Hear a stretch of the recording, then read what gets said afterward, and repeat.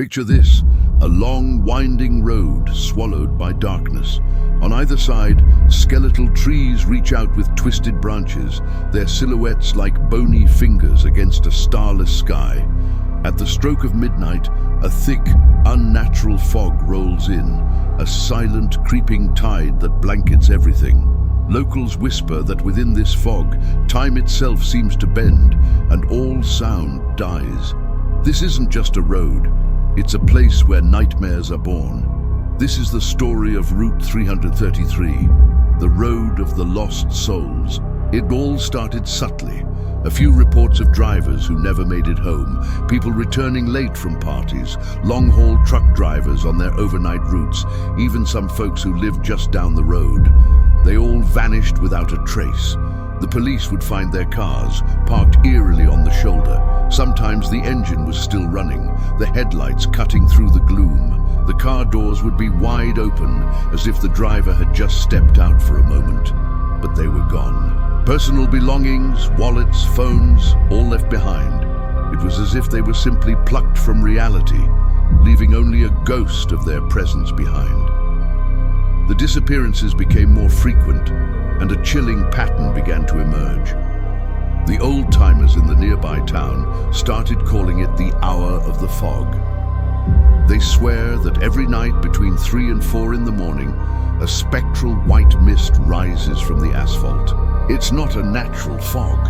It moves with an eerie purpose, a silent predator hunting in the dark. One elderly man, who lives in a rickety house overlooking the road, refuses to even look out his window after dark. He told a local reporter, his voice trembling, that one night he heard the fog. He said it wasn't silent at all.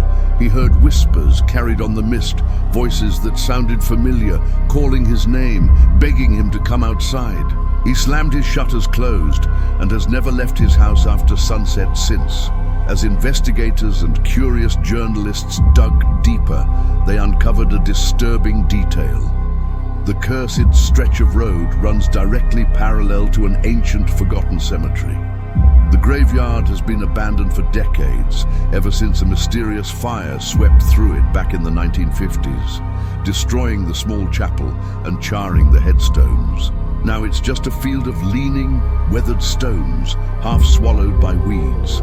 Some locals believe the fog isn't a weather phenomenon at all. They say it's the collective breath of the forgotten dead, rising from their desecrated graves, hungry for the warmth of the living. They believe the souls buried there were disturbed by the fire and now seek to drag others into their cold, silent world.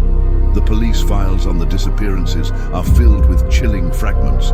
They have recordings of frantic emergency calls, the voices of desperate drivers crackling with static before the line goes dead. "It's so thick, I can't see anything," one man shouted. "My car just died. Hello? Is anyone there?" Then, silence. The most terrifying piece of evidence comes from a truck driver's radio transmission. Just moments before his signal was lost forever, his voice dropped to a terrified whisper. He said, There's someone on the road, walking towards me, but oh God, they have no face." That was his last contact. The authorities found his truck the next morning, engine cold, cab empty. Incredibly, there is one person who claims to have encountered the fog and lived to tell the tale. A man named David was driving home late one night when his car sputtered to a stop right in the heart of the cursed stretch. As the fog enveloped his vehicle, he said the world outside his windows dissolved into a swirling grey void. Then he saw them. Dark, humanoid shadows moving just at the edge of his vision, flitting in and out of the mist. He heard a loud, rhythmic banging on the roof and doors of his car, like someone was trying to break in. The worst part, he said, were the voices. He heard his wife's voice clear as day, calling his name from just outside the passenger door, pleading with him to get out and help her. He knew his wife was safe at home, but the voice was perfect. Terrified, he squeezed his eyes shut and prayed until the sun came up. When he opened them, the fog was gone and his car started on the first try. He never drove that road again. A local historian, intrigued by the legend, found a clue hidden in old church archives. Near the cemetery, half buried in the dirt, lies a rusty iron cross. According to the records, a priest placed it there in 1920. The diary entry described it as a seal, meant to contain restless and unholy souls that haunted the land. The historian discovered that about a year before the first modern disappearances began, a group of vandals had broken into the cemetery and, for kicks, toppled the old cross. It has lain there, broken and forgotten, ever since. It seems that when the seal was broken, the ancient evil was once again unleashed upon the road. Desperate for answers, the police installed a series of high-tech surveillance cameras along the route. For weeks, the cameras recorded nothing but the empty road. But on the nights the fog appeared, something strange happened. As soon as the mist rolled in, the cameras would flicker and fill with static. The feed would be nothing but a screen of white noise for exactly 1 hour, the hour of the fog. After reviewing thousands of hours of this static, a technician spotted something. For a single fleeting frame in one of the recordings, the static clears.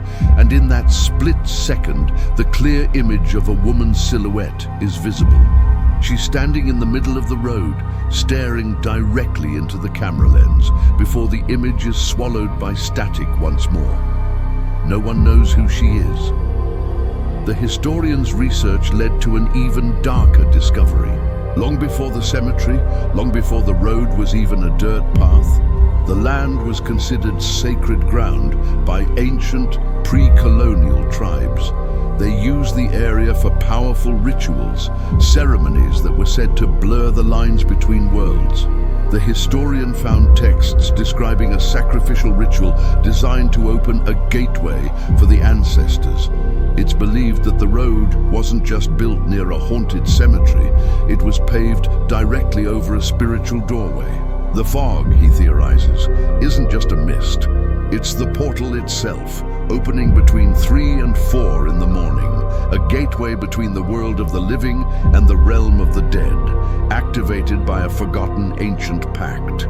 Eventually, the official investigations were quietly closed. No explanations were ever given to the public or to the families of the missing. The case files were sealed, stamped unsolved. Today, large, ominous signs stand at both ends of that stretch of Route 333. They warn drivers, road closed 12 a.m., 5 a.m., do not enter. But still, some people don't listen. Thrill seekers, skeptics, or just the unlucky few who take a wrong turn. And those who make it out the other side all report the same thing.